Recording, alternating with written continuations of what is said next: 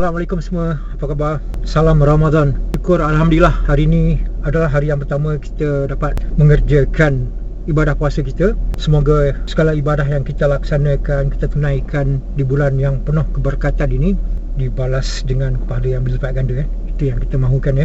Saya nak bercakap mengenai isu yang panas yang sedang diperkatakan oleh para netizen ketika inilah, iaitu mengenai pendatang dari Rohingya. Panas isu ni panas sekarang. Kita buka je Facebook ke mana-mana, itu je. Ada yang setuju, ada yang menyokong rakyat Rohingya ni berada di tanah air kita, ada yang tidak menyokong, dan banyak pandangan-pandangan lain lah. Ada yang mengatakan kita segera hantar rakyat Rohingya ni kepada negara yang mahu menerimanya. Dan sebenarnya rakyat Rohingya ni hanyalah untuk sementara di tanah air kita, tempat persinggahan sebelum ada negara-negara lain yang sedia untuk menerima mereka. Bagi saya, Malaysia ini adalah sebuah negara yang terlalu lembut hati lah, pemurah, mudah kesihan, cakap tak apa, biarlah. Saya nampak Malaysia ni macam tu. Berbeza dengan negara jiran, Thailand, Singapura, India ke, atau Bangladesh, Pakistan ke, macam tu. Mereka agak keras sedikit. Oleh yang demikian, rakyat ataupun pelarian daripada Myanmar ini, dari etnik Rohingya ini, memilih Malaysia. Apakah ini menunjukkan kita ni seorang yang baik hati ataupun kita rakyat yang mudah dipergunakan? Kita ada peribahasa mengatakan berbuat baik berpada-pada, buat jahat jangan sekali. Itu peribahasa itu saya rasa boleh diguna pakai, kerana kita ni terlalu baik sangat lah, terlalu baik. Jika kita nak memperkatakan tentang kehadiran bukan rakyat Malaysia lah asalnya, kita anggap sebagai tanah ini tanah Melayu, milik orang-orang Melayu dan pribumi. Begitu juga dengan Sabah Sarawak, ada pribuminya masing-masing. Akan tetapi ianya bermula sejak zaman penjajah lagi. Mereka membawa masuk kaum India dan juga rakyat daripada negeri China menetap di sini untuk bekerja di sini. Kemudian apabila merdeka, mereka meninggalkan yang kita anggap ni sebagai pendatang daripada luar ni di sini, dan akhirnya kaum India yang ada di sini dan kaum Cina yang ada di sini diterima sebagai rakyat Malaysia. Itulah yang saya maksudkan sebagai orang Melayu yang pemurah ni. Tetapi malangnya, setelah lebih 60 tahun kita merdeka, kita belum nampak adanya keserasian. Belum adanya keserasian di antara kaum-kaum ini. Memang kita tidak dapat nafikan adanya kerjasama. Tetapi realitinya, isu perkauman masih ada, dan ada masanya ia menjadi meluak-luak. Kenapa? Seringkali rakyat, terutamanya orang Melayu kita, menyalahkan kerajaan kerana gagal menangani isu perkauman.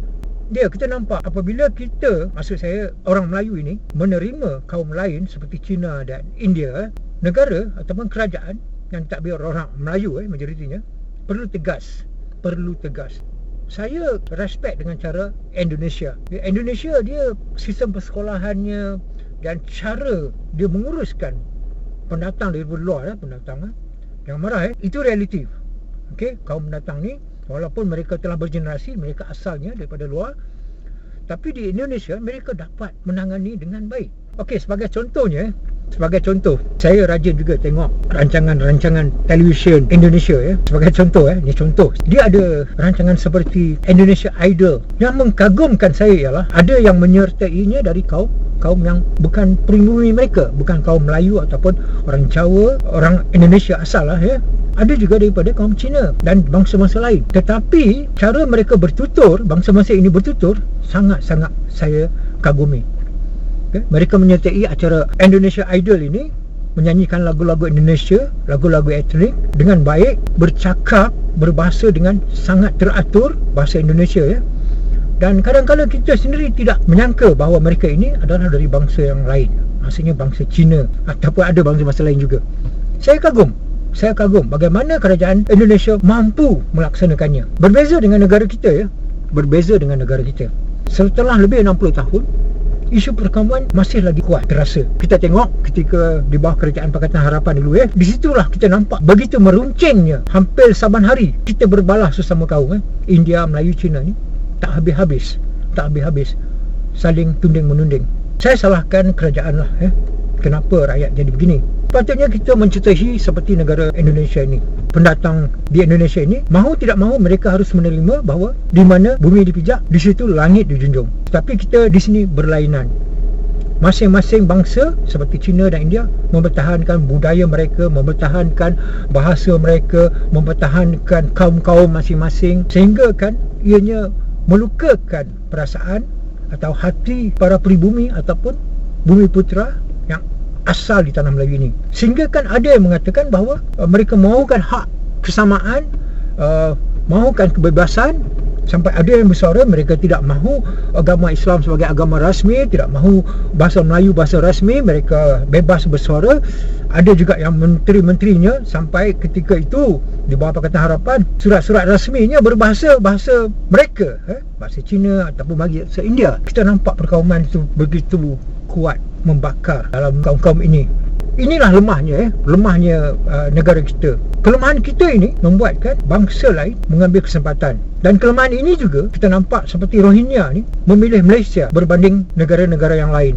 Apakah kita masih mahu bertahan dengan cara yang begitu agar bangsa-bangsa lain mengambil kesempatan, rakyat-rakyat bernegara lain mengambil kesempatan? Apakah kita harus bertahan begitu? Apabila kita berkata bahawa sekolah-sekolah vernacular ini sudah tidak relevan lagi, perlu dimansuhkan, kita kena ada satu sistem persekolahan sahaja. Bila kita bersuarakan perkara ini, ianya menjadi satu isu-isu yang panas dan dibantah oleh kaum-kaum tertentu. Mengapa?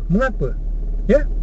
Sedangkan di negara-negara lain, malahan Singapura sendiri yang majoritinya Cina pun tidak ada sistem persekolahan seperti vernacular. Saya harap kerajaan harus lebih tegas lagi. Kita lihat permasalahan yang ada di negara kita sekarang ini semakin lama semakin besar. Ketika ini kita menghadapi COVID-19, kita baru saja di bawah peralihan pentadbiran Pakatan Harapan yang merosakkan negara kita. Kita nak memulihkan negara, keadaan ekonomi yang tidak menentu, PKP di mana rakyat tidak dapat pergi mencari rezeki. Begitu juga anak-anak kita yang tidak dapat ke alam persekolahan buat masa ini. Banyak perkara dan kita tahu dalam tempoh 1 atau 2 tahun akan datang ini keadaan ekonomi belum tentu pulih. Jadi perkara-perkara ini harus kita memberi fokus dan tumpuan, bukan isu Rohingya, ya. Kita tolak dulu Rohingya ni, kalau boleh kita jangan terima. Negara lain boleh buat begitu. Jangan kita kata kita sebagai negara Islam menerima rakyat Islam. Bukan kita tidak mahu terima. Andai kata contohnya dalam rumah kita nak makan nasi untuk anak-anak pun tak cukup, kita nak terima lagi orang lain untuk makan dengan kita. Bukan tak boleh. Kita utamakan anak-anak kita dulu, jiran-jiran kita dulu. Macam tu. Bukan kita tak mahu tolong. Orang kata berbuat baik itu berpada-pada. Lagi satu, kita harus belajar daripada sejarah yang pernah kita lalui sebelum ini. Bila kita terlalu baik terimanya pendatang dari luar, kadang-kadang kita nampak orang daripada luar ni tidak tahu bersyukur dan berterima kasih. Bagi mereka tiada nilai patriotik ni tidak sehebat orang Melayu kita. Itu realiti. Mereka hanya berjuang untuk bangsa mereka saja.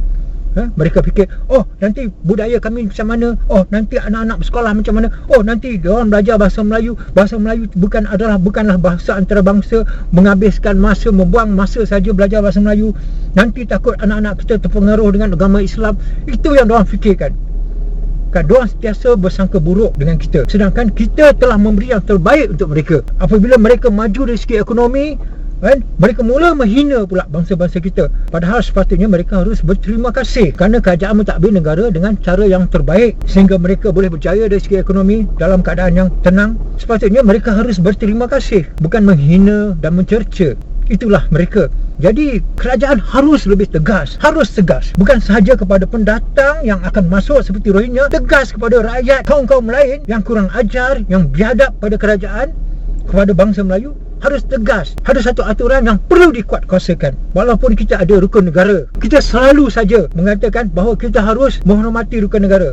Tetapi jika mereka ini tidak menghormati rukun negara, melanggar ataupun mencerca atau menghina, kita harus bertindak secara tegas mengikut undang-undang. Kita tidak boleh membiarkannya berterusan, kerana jika kita biarkan, maka benda ini akan terus berleluasan kerana mereka tidak takut lagi untuk bersuara sesuka hati mereka. Jadi berbalik pada isu Rohingya ini, saya rasa kita harus bersuara kepada United Nations, Pertubuhan Bangsa-Bangsa Bersatu, agar segera mengambil rakyat-rakyat daripada Myanmar ini, etnik Rohingya ini, mengambil segera memindahkan kepada negara-negara lain, kerana itu yang dijanjikan. Kabarnya janjian kita hanya boleh menerima mereka selama 5 tahun sahaja. Tetapi nampaknya mereka sudah berada di sini lebih pada 10 tahun. Kita masih lagi berlembut. Kerajaan harus bersuara. Jangan biarkan rakyat mula bising, ya. Jika kita sayangkan mereka, kita harus bantu mereka. Apa cara membantu mereka? Bukan dengan cara memberi kerakyatan. Itu tidak dibenarkan juga dalam undang-undang kita, dalam perlembagaan kita. Cara untuk membantu mereka ialah suarakan kepada United Nations, suarakan kepada Pertubuhan Bangsa-Bangsa Bersatu agar segera mengambil mereka dan pindahkan kepada negara-negara yang bersedia untuk menerima mereka. Itu cara kita membantu mereka. Jika mereka bersuara, mereka mahukan sistem persekolahan untuk anak-anak mereka, pembelajaran yang baik untuk anak-anak mereka.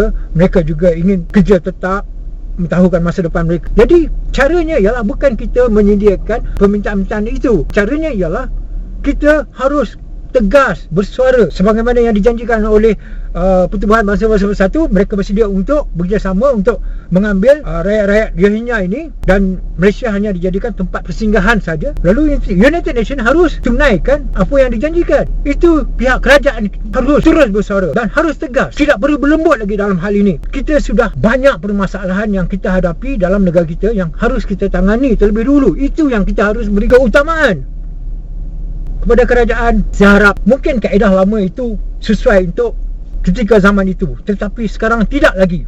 Tidak salah jika kita contohi negara-negara jiran kita. Tidak salah, kerana jika 10 buah negara yang membuat satu pendekatan yang kita anggap baik, kenapa tidak kita juga ikutinya? Kita jaga anak bangsa kita dulu. Orang Melayu masih lagi ramai yang merempat, yang tiada pekerjaan, ekonomi yang masih rendah lagi pendapatan mereka. Ini yang harus kita fokus, kita tolong. Tetapi kadang-kadang apabila saya bersuara tentang ini, ada juga suara-suara yang mengatakan orang Melayu malas, orang Melayu tidak mahu bersuara. Itu adalah kata-kata yang saya tidak setuju. Contohnya, jika anak kita malas ataupun jika anak kita tidak mahu bekerja, tugas kita bukan untuk menghina mereka. Tugas kita ialah membantu mereka. Sebagai seorang bapa ataupun sebagai seorang ibu, tanggungjawab kita ialah membimbing, bukan menghina. Begitu juga pada kerajaan dan juga yang lain. Kita harus membantu dan membimbing. Itu tanggungjawab kita, bukan untuk menghina. Apabila kita memilih untuk menghina, makna kita memilih untuk lepas tangan menjalankan tanggungjawab kita. Kerana tanggungjawab kita ialah untuk membantu. Sebagai kerajaan ataupun ibu bapa ataupun masyarakat, tugasnya adalah untuk membantu, bukan menghina. Kita fokus kepada rakyat negara ini dahulu. Kita perbetulkan masalah ekonomi kita. Kita perbetulkan masalah resis yang begitu meruncing di negara kita ini. Bukan sekadar menunding jari. Kita bantu. Kita cari jalan penyelesaiannya. Sebagai contoh, sebagaimana yang saya nyatakan tadi, sekolah vernacular rasanya sudah tidak relevan lagi untuk masa ini.